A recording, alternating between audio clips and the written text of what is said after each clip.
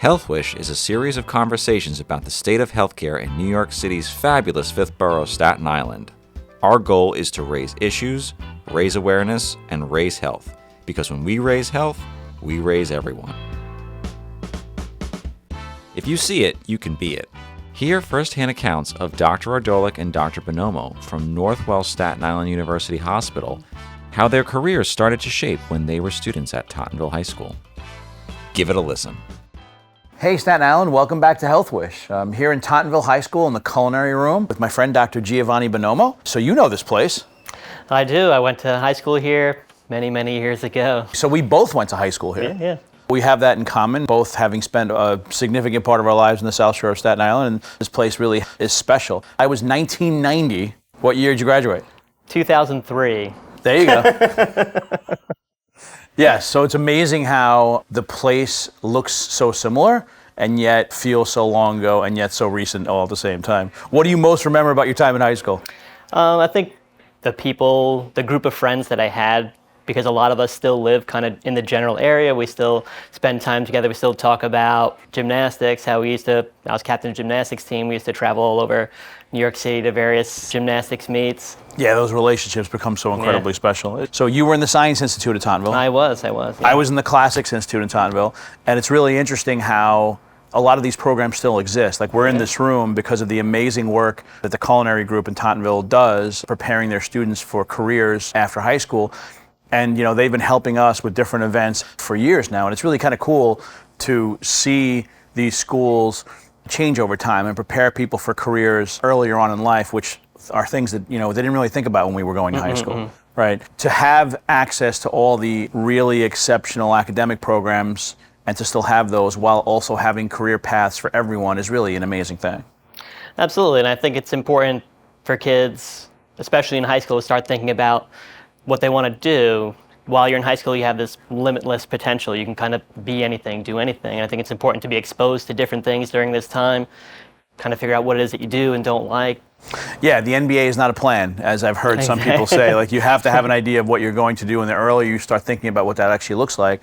And that does kind of segue really nicely into something I love talking with you about. This idea of a kid from Staten Island who wants to come back and work on Staten Island, and that becomes a big part of who they become in their career and helping people in your own community. And there's so many wonderful aspects of that. You know, people talk about this concept of brain drain, right? I think it was first talked about in regards to certain countries in Western Europe where some of their smartest kids were leaving the country and going elsewhere. This idea when you're in high school that, you know, we're going to leave here. You know, talk to me about a little bit about that, because that hasn't changed in the years between when you and I went to high school.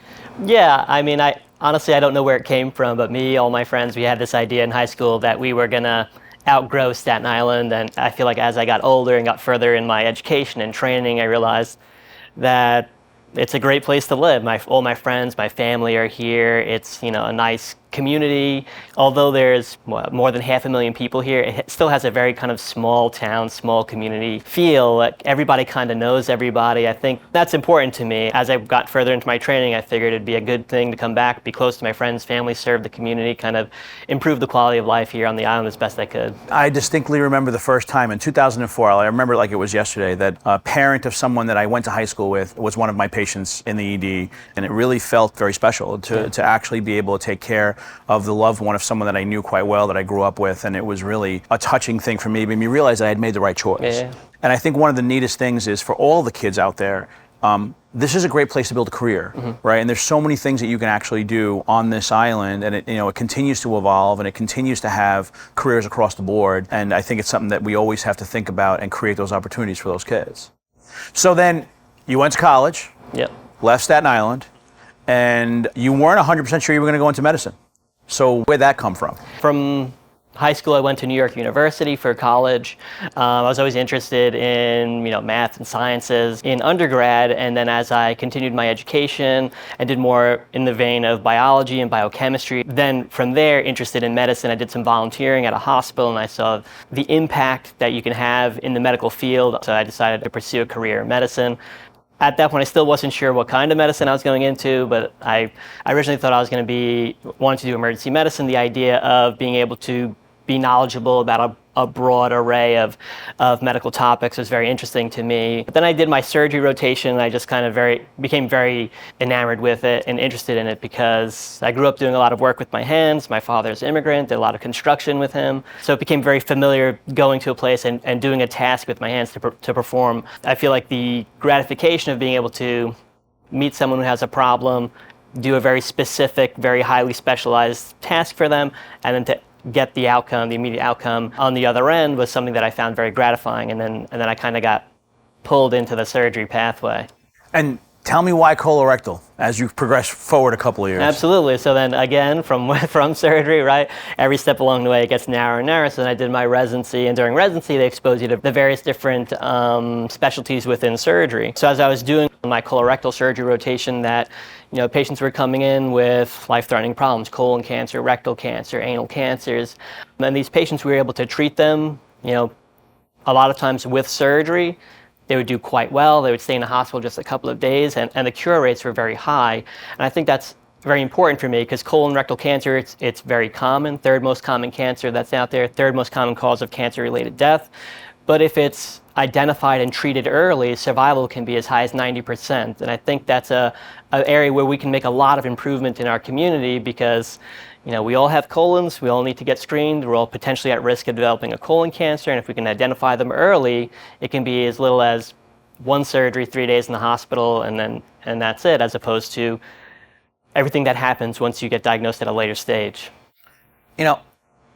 I think that this is really truly an important point, right? So colon cancer really is kind of like breast cancer in that if you follow the guidelines and you do what you're supposed to do, you're really not supposed to die from colon cancer, right? It should be a treatable thing, maybe not 100% of the time, but a number approaching 100% of the time. Yeah. And so this kind of is the greatest segue in terms of how does one make sure they don't die of colon cancer? What are the steps in doing what you're supposed to do as an adult to make sure that that doesn't happen?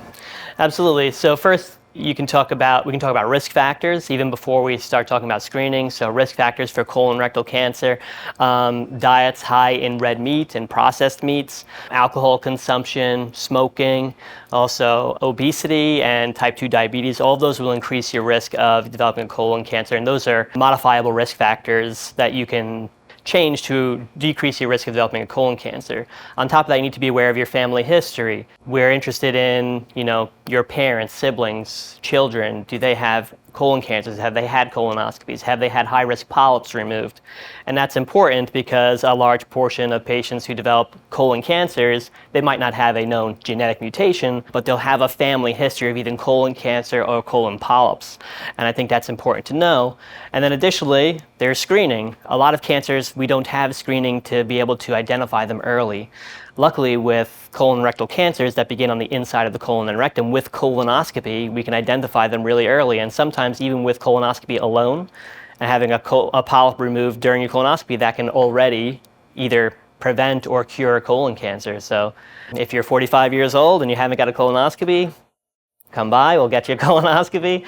If you have a first-degree relative who's had a colon cancer, you should be screened 10 years earlier than when they were diagnosed. HealthWish wishes to thank our special guests, Dr. Ardolic and Dr. Bonomo. We're very interested in your health wish. Contact us at healthwish@northwell.edu. Thanks for joining us. We hope to see you again soon.